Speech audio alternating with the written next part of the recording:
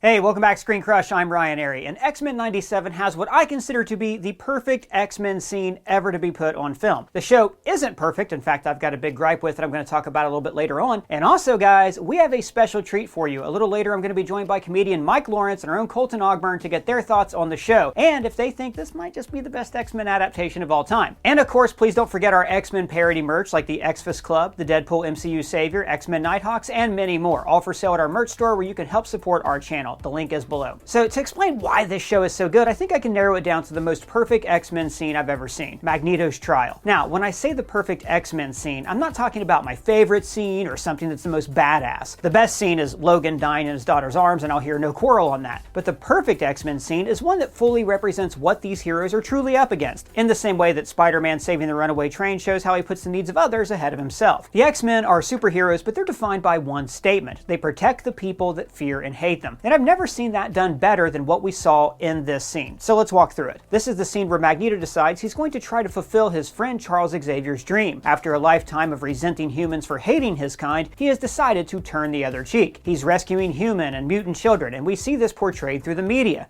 Across the globe, reports are flooding in, mutants and humans aided and saved by the former mutant terrorist. But I think it's interesting that he saves the human kid on the news, but the Morlocks are done in secret, because the media wouldn't care as much about a group of mutants as it does about one human kid. X-Men the Animated Series was always hyper-aware of the media. The first shot in the series is of a news report, making people scared of mutants. The fact that the perpetrator is believed to be a mutant has fueled current anti-mutant hysteria now growing nationwide. And we'll see this news and media play a huge role in this scene. So the trial is televised live, so when Magneto pleads his case, he's not just talking to the judges, he's speaking to the court of public opinion. He knows that for the world to accept him and mutants, they need to hear his own side of the story from his point of view. He starts by saying, "My people's homes were burned to ash because we dared to call God by another name." And then he lays out the law of history, that if you're different, then society will always punish you. By doing this, Magneto is trying to make regular humans relate to his plight, to ask themselves, well, what would I have done in his situation? It's a brilliant play because Magneto knows how much the media tends to distort the plight of mutants, which we have seen all throughout this show. But that's one thing that X-Men the Animated Series adapted so well from the comics. We always saw that the public feared and distrusted mutants. But how could you register her with that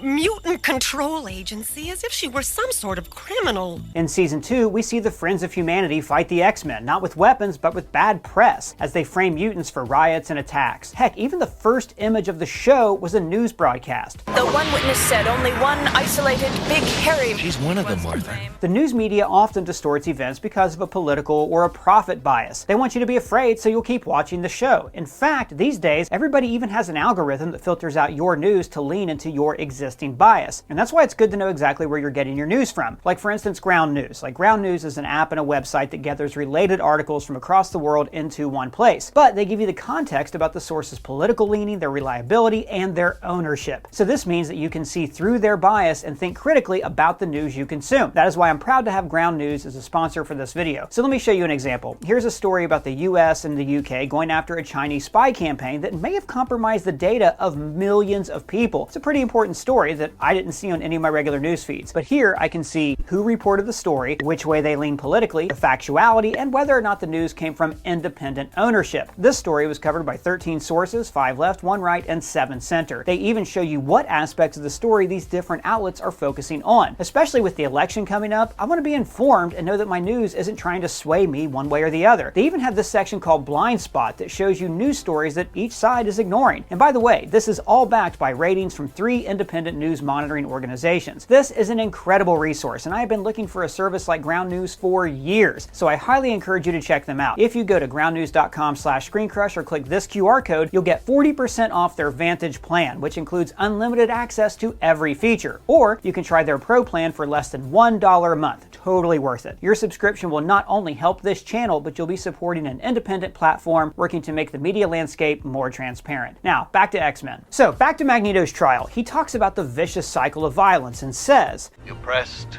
become oppressors." But then Magneto kind of makes the case against himself, making it seem as if the world can never change, so by extension, neither should he. I have only ever acted to avenge crimes against my people.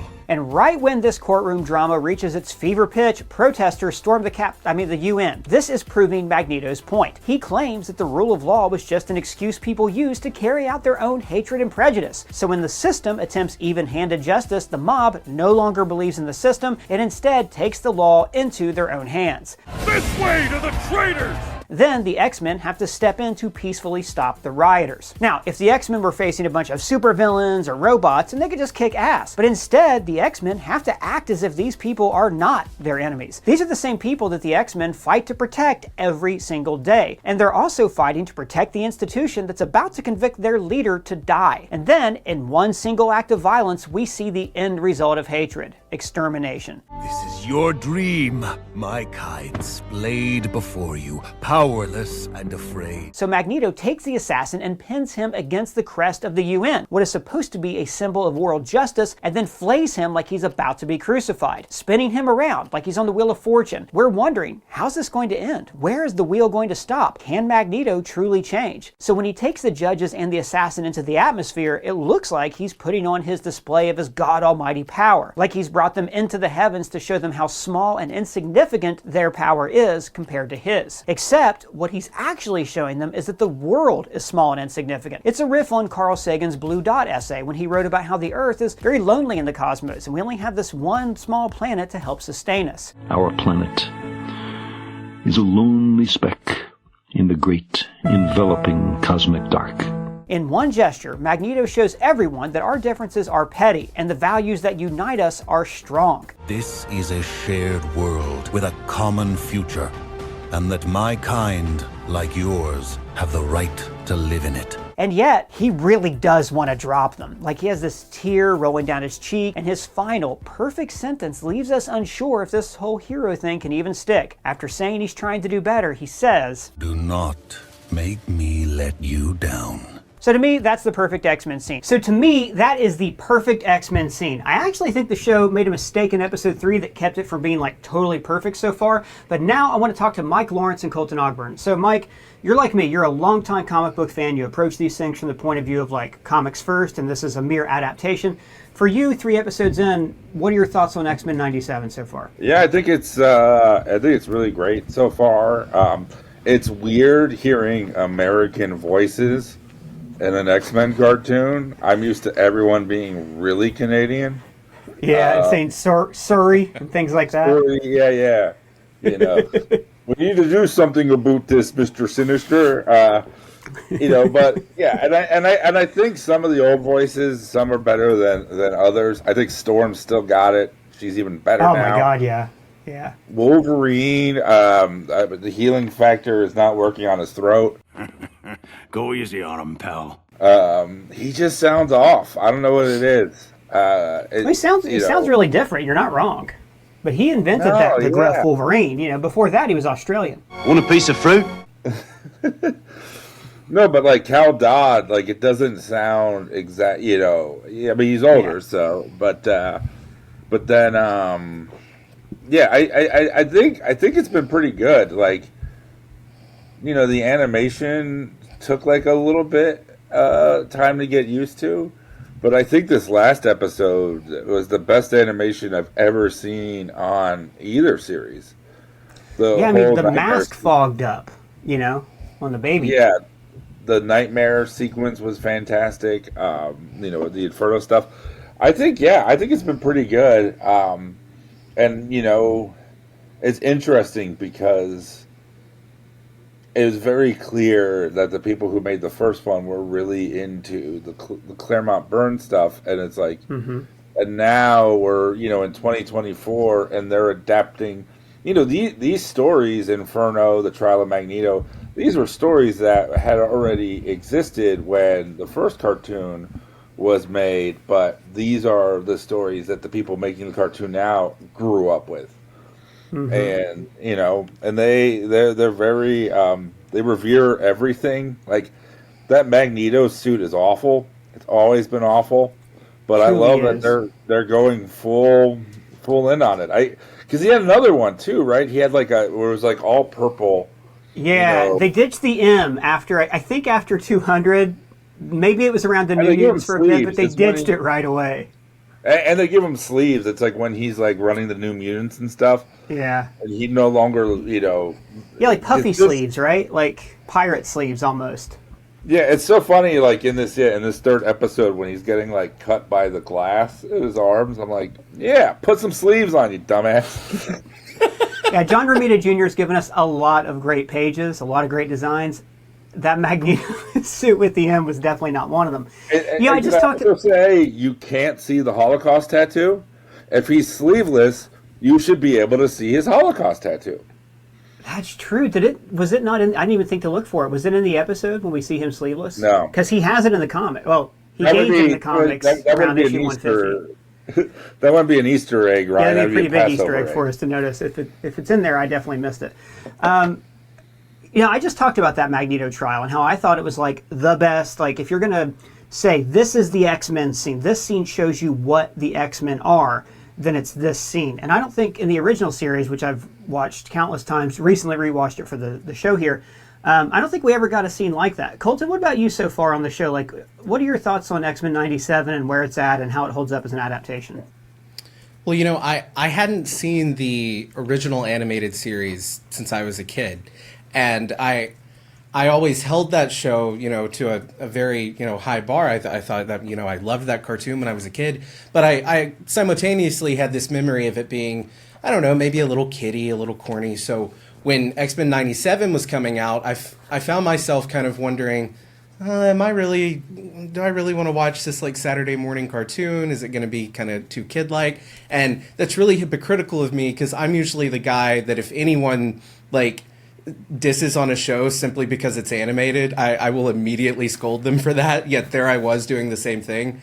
But dude, like as soon as I started that first episode and binged the 3, I was hooked. It is just as good as the original. I'd argue maybe even better. It has these mature themes. It's so true to the X-Men comics. It also has like that vibe of the early 2000s, like Fox era X-Men movies that I'm a big fan of. That's probably some of my favorite X-Men stuff because that's kind of what I grew up with.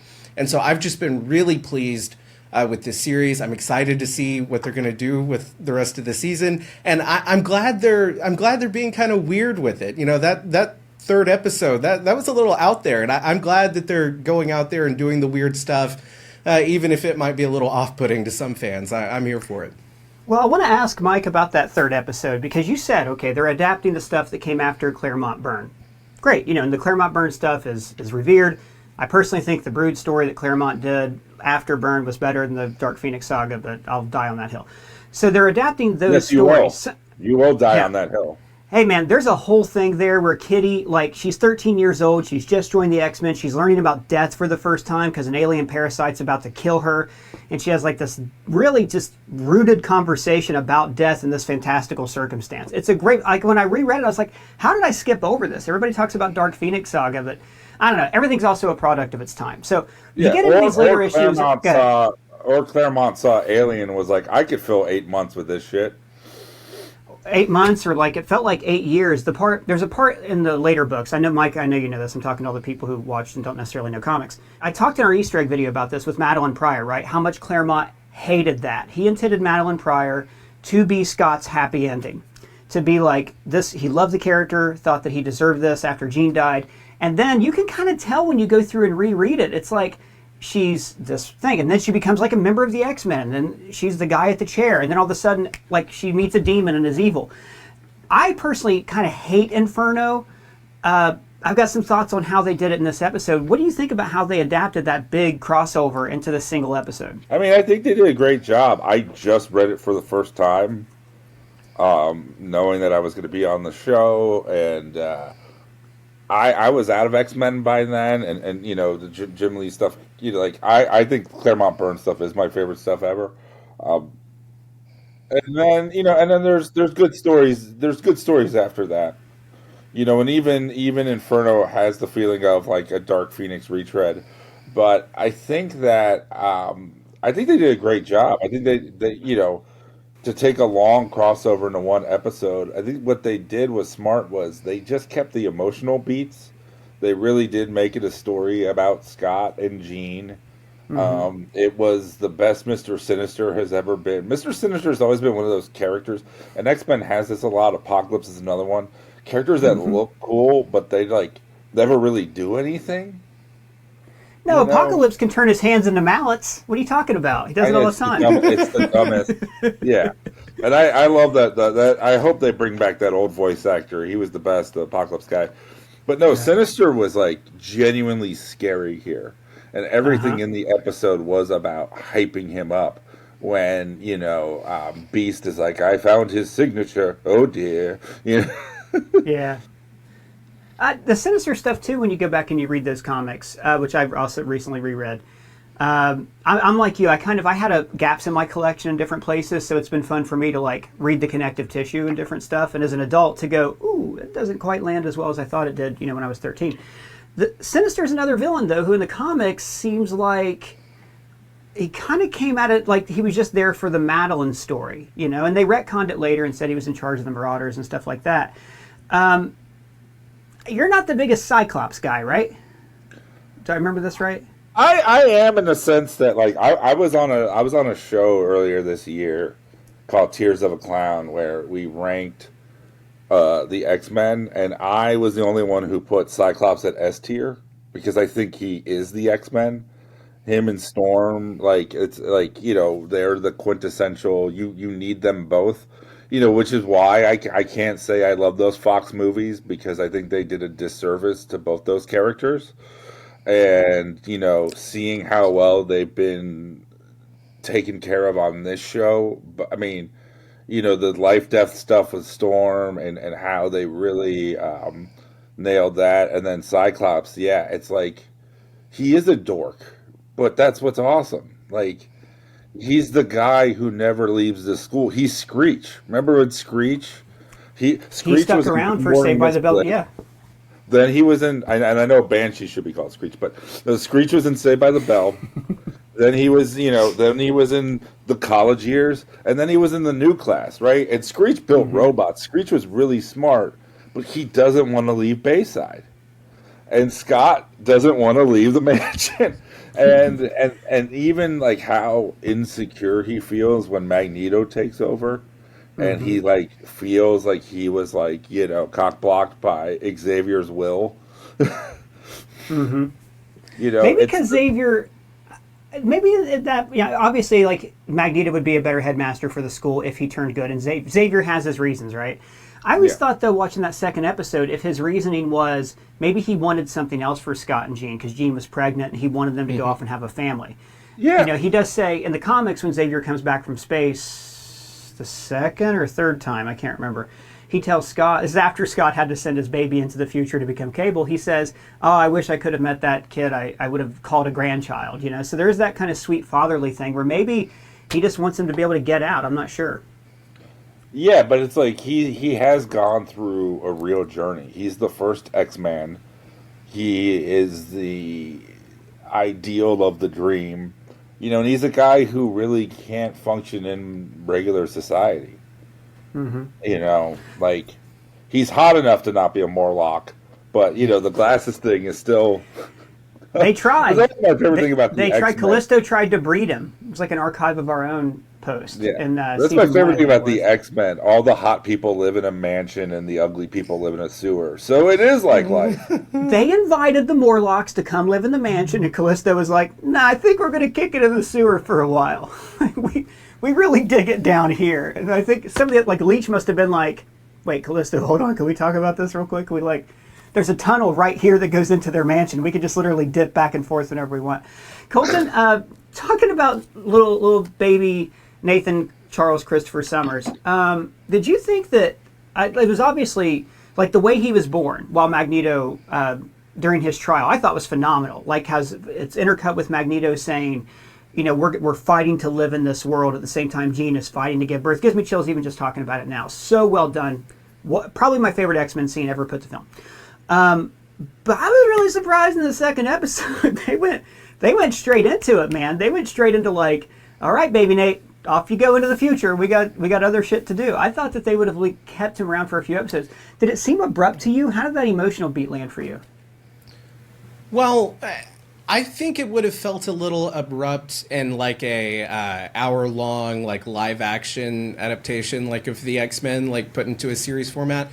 But when you're watching something like X-Men '97, you kind of get into that groove of each episode is its own story. Yeah, there's an overarching story, I guess, for the season, but it didn't feel very jarring for me with it being, part of the X-Men the Animated Series. That is kind of how each episode felt. You had your resolution come the end of the episode. And I also just really quick wanted to add that this series, and they already did this before back in the 90s, they're giving Cyclops justice, like, big time. I just wanted to throw my 2 cents in on that, because he is such a phenomenal character. He's the leader of the X-Men. So I am so glad that before Cyclops is brought into the MCU, we are, with this cartoon, giving like general audiences, if they're watching, kind of a taste of how cool Cyclops can be. I think that in the movies they especially went, okay, so Wolverine, he's the popular one. He'll always be, it's like Wolverine and Magneto had to be in every single X-Men movie. Wolverine, I get, but boy, Magneto, they really struggled to squeeze him into Apocalypse and Dark Phoenix. Yeah. Mike, where are you thinking, like, in terms, like, you've watched a lot of these adaptations over the years. I know I don't think you liked First Class. I think I remember having that talk with you when it came out. Where is this kind of sitting? Like, how do you think this show is maybe doing justice to some of the injustices we've seen happen to these characters over the years? I mean, I think it's up there, and I think it's elevating it. I think that, if we're going to be really honest here, what Colton was saying, yeah, when Colton was saying, like, his concerns about, like, revisiting this, like, here's the reality, right? This came out the exact same time as Batman the Animated Series. And one of those is a transcendent masterpiece that still holds up, and the other is X-Men. Well, they had a smaller budget, and they used twice as many shots per episode. I mean, the scripts, I think, were right up there with the quality. Maybe not of the best Batman I don't think so. episodes. I don't think it's even close, dude. I'm sorry. Like, man, I don't know, dude. There's some of those you get into, like Beauty and the Beast. I'm not saying Beauty and the Beast is as good as like the Clayface episodes, which were very similar. Yeah, but I do think it's pretty incredible. Like, the two best came out in the same. Oh, incredible. I mean, we just talk about Batman the rest of the time. I mean, but look, like the X-Men Animated Series, they didn't have a Harley Quinn. They didn't even have a Renee Montoya. They didn't do anything on that show that then invented itself on the comic. They invented Morph. That's about it, yeah. Yeah, and Morph was Changeling, so they didn't even do that. But that's anyways. Yeah. But I'm saying it's like, I think that this is their shot now to make that kind of series, and I think they're doing a great job. I think, the one downside is they are rushing things. They only got 10 episodes. They don't know if they'll be renewed. It's not like the old days when you get a huge order all at once. So they have to, like, I mean, this Inferno thing I thought could have been built through the season, the Sinister teases and all of that. It did feel a bit rushed, Bishop taking him to the future at the end. We didn't really get much of a concern of Bishop in the first 2 episodes about wanting to go back. He just felt like a member of the team. Yeah, I thought that was strange, because season 4 was originally going to end with Bishop and Shard joining the team, and then they were renewed for a 5th season. That by then, all the good people had left, all the good animators, so they had Saban took over and did it on the cheap. Those last 6 episodes, But good scripts, though. Good scripts. Please. No, the animations, I'm never going to try to claim the animations as good as Batman. Obviously, Batman, the animated series, is transcendent. Anywhere near. I mean, come on. No, I'm not saying that it is. I'm saying, like, there's a book I read by Eric Lewald, who created the show. He said that the comparison they would make is that, like, Batman, the animated series, is opera. It's classical. X-Men's a garage band. And when you appreciate it for that and for the level that it was on. And also, like, look, it's not like they watched Batman, the animated series, and then said, oh, let's raise the bar from there. They were made at the same time. So when you look at everything else that came out the years before, and even that same month, because they came out in the same month, which is crazy, X-Men still leagues ahead of Muppet Babies and Popeye and Son and stuff like that. Yeah. Sorry, Colton, we talked over you. What were you saying? Oh, I was going to say I don't want to get fired here, but I have to agree. Batman is totally the superior animated series. All due respect. I'm not saying it's not. Yeah. come on, you guys are acting like I'm over here saying, Kevin Conroy was the worst Batman or something. Like, obviously he's the best. That's exactly what you said. I have you. That's exactly what I said. Look, Batman the Animated Series is not only the best animated superhero show, it's the best version of Batman. Sorry, Mike. I have a quote right here. Ryan Arey says Batman the Animated Series is underrated. Overrated, but just even comparing them, we're both like, how dare you? Yeah, I know. It's not like they came out in the same month and cover the same genre. Well, because I think what it was there was such a reverence, and X-Men was so popular. Let's do these adaptations. Let's do the serialized thing, like comics, and I think that works in a lot of ways. But we also, let's be honest. Every time you were a kid and they cut back to Magneto and Professor X in the Savage Land, that sucked. Yeah, it did. But no one wanted that. Again, as an adult, I can look back and say all the constraints they had. Like, they wanted to keep that whole season serialized, but instead of doing that, they were told, "Oh no, you can't do that because there's gonna." So they just had to leave 90. They had to leave out 90-second blocks, and they were like, "Well, whatever gets done in that slot, we'll slide it in at that point."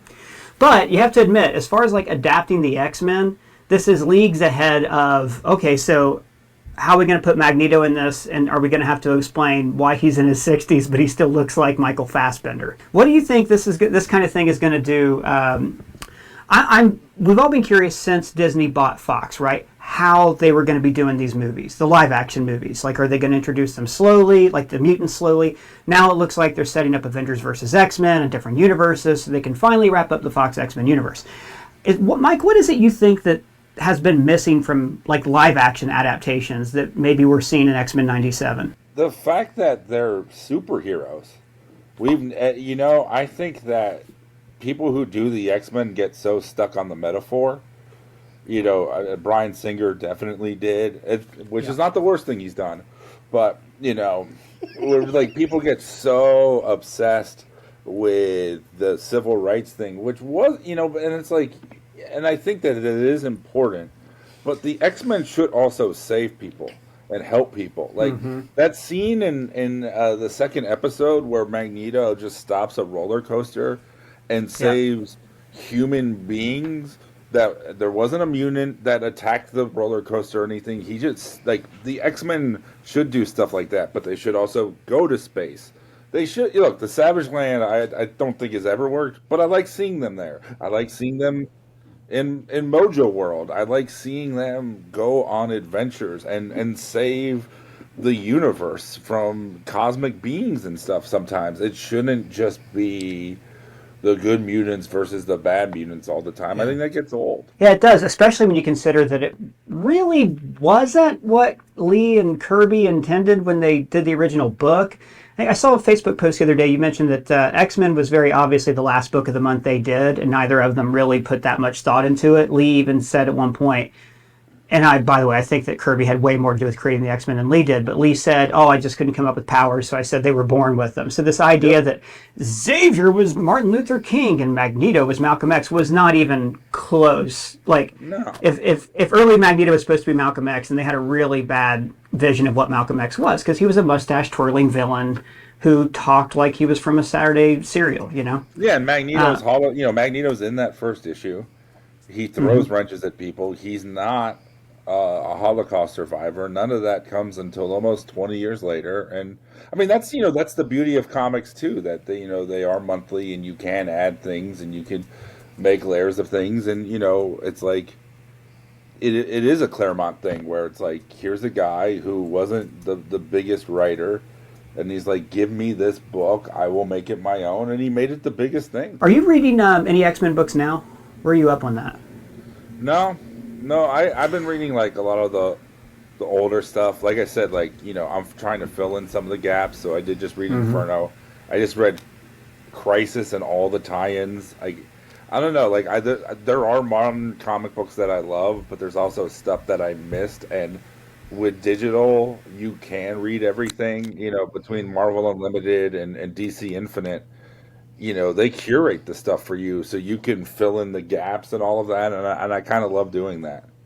So I've been doing that a lot, and I find a comfort in that 80s storytelling, that 90s storytelling. It's interesting. This show, you could see they really revere the late 80s, and then, you know, Executioner, who I bought his action figure because I'm like, oh man, I love that character. They have new action figures like now, or you bought it then? Well, I had him back then, but they have a new one that came out, and it's got the Sentinel blaster, and it's got the gun that takes away Storm's powers. And then, you know, he's such a jabroni on the show. but it was like they got me to buy that figure. And you could tell whoever was writing it is, you know, just like, yeah, some of that mid-90s stuff sucks. And Executioner is like the epitome of that. X-Men 97's reintroducing these characters, classic, but Mike Lawrence says, you know what? That racist assassin, that's the one I got to bring home and show to my kid. Well done. Yeah, I'm loving that whole aspect of it, and there's a lot of stories. Like, we don't know what's going to happen for the rest of the season, but we've seen episode titles. The next one's called Life Death, which I'm pretty excited for. It's one of the all-time greatest Claremont single issues. And Motendo. And Motendo. So yeah, we'll be crossed over with Mojo World too, and with presumably some like SNES 16-bit game stuff, which I'm excited for. The last 3 episodes are called. They're not called Extinction Agenda, but they have Extinction in there somewhere. And here's Magneto like shipping some Morlocks off to live on Genosha, and I'm like, ooh, Extinction Agenda was this. It's really the first crossover they did that was a true crossover, where you had to read X-Men and then read New Mutants and then read X-Factor. At least in the X books, it was like that. And I think they might combine that with the Marauder story, which is another, like, when you read the X-Men run all the way through and you get like, oh, this is cool. We've got Wolverine and Cyclops and Magneto and Colossus. The Marauders are basically these mutant serial killers who go into the Morlock tunnels and just kill people. If they're going to combine those two, then X-Men 97's about to get brutal. Yeah, and I think it's important that, like, you know, we've obviously seen more violence on these last few episodes than the originals. But I hope that, you know, what I think I've liked about these shows has been the emotional storytelling. And I hate when people think that violence equals mature storytelling. You know, like, you can show these Morlocks murdered in brutal ways, and that doesn't make the story adult. What makes the story adult is how people react to it. You know, the monologue that Storm gave when she lost her powers and I can't feel the breeze anymore, that was one of my favorite moments ever on the show. The breeze is gone. I cannot feel it. Nor the moisture, nor the air. And it was so mature, and, you know, because this show I don't think is very entry level. I don't think it's very new user friendly. Yeah. And, you know, but what it is doing is it's taking advantage of the care you have for these characters. And look, like, we've seen them in 3 episodes, we've seen these people be put through hell already. Literally, and we bond with them because of it. It's wild how 30 years later, I could have seen them being tempted to have this show be a bit of a reboot and kind of like a season 1 type thing, maybe in the same universe, change the characters up a little bit. I'm so glad they didn't do that, because this really does just feel like the next season, like it picked up right where it left off. To Mike's point, it's not like a entry-level thing. You need to be familiar with that previous animated series to really appreciate what they're doing, and I'm really glad that they went that direction with it. Oh, luckily we have a recap up here on the channel that people can watch at home to get caught up. So, Mike, Colton, thank you guys. I wish I could do this for another hour. Thank you so much for joining me. And now I want to tell you guys what I thought really didn't work about episode 3. Now, you guys know I'm always going to approach these shows through the lens of a comic book reader. Some X-Men comics are great, truly shining classics. The Phoenix Saga, the Brood Saga, that one where Kitty Pryde fights a demon, fantastic stuff. And when I get to see these adapted into a show or a movie, I'm able to judge them on their own terms. Days of the Future Past is a solid adaptation of the comic book and even expands on many ideas that the original never addressed. The movie Logan was a better Old Man Logan story than the original comic Old Man Logan. So I was looking forward to seeing how they adapted the Madeline Pryor story, one of the weakest stories from Chris Claremont's original run. Claremont created Madeline to be a happy ending for Scott after Jean died. But then Jean returned from the dead and Madeline resented Scott for abandoning his family to go off and be a superhero with her. Claremont hated the decision to turn her into a demon clone, but like a good soldier, he wrote it out. Good soldiers follow orders. And to be fair, when you do read those comics, they kind of suck. Madeline's heel turn comes out of nowhere, and Scott comes off as a dick for abandoning his wife and child. I've abandoned my child! I've abandoned my boy! The one thing that the Madeline saga gave us was that Cyclops had a son that he and Jean started to raise for several issues until he was tragically torn away from them like he is in the show. So in the show, I just didn't see the point of the Madeline clone story. If she's not going to become a full-on villain, or if she has no reason to resent Scott for leaving her, then why are they adapting this story? That could have easily just been Jean and Scott's baby that they have to send into the future. Jean and Maddie have the same memories, so they're kind of interchangeable, which makes me wonder, why did we even do this? Like, if Maddie had been around since season 2, then it would mean that Jean missed years. She wasn't part of the Phoenix. It would have been this whole thing. But they shared the exact same memories, so they're essentially the same person. Now, if Madeline wasn't in the story, this could have just as easily been Jean and Scott's baby that they have to send into the future. Like, I also would have rather have seen the baby stick around for a few episodes, so it would stink even more when they're forced to say goodbye. And look, I know this show has long arcs, and I know that it's building towards something, but I thought that as a standalone episode, I really did not understand why they chose to adapt this mediocre story from the comics and then rush through it really quick and have ultimately no point to it. Well guys, that's just my thoughts though. Big thanks to Colton and Mike for joining us. You can find their social links below. What did you think of the episode? Let me know your thoughts down in the comments or at me on Twitter. And if it's your first time here, please subscribe and smash that bell for alerts. For ScreenCrush, I'm Ryan Arey.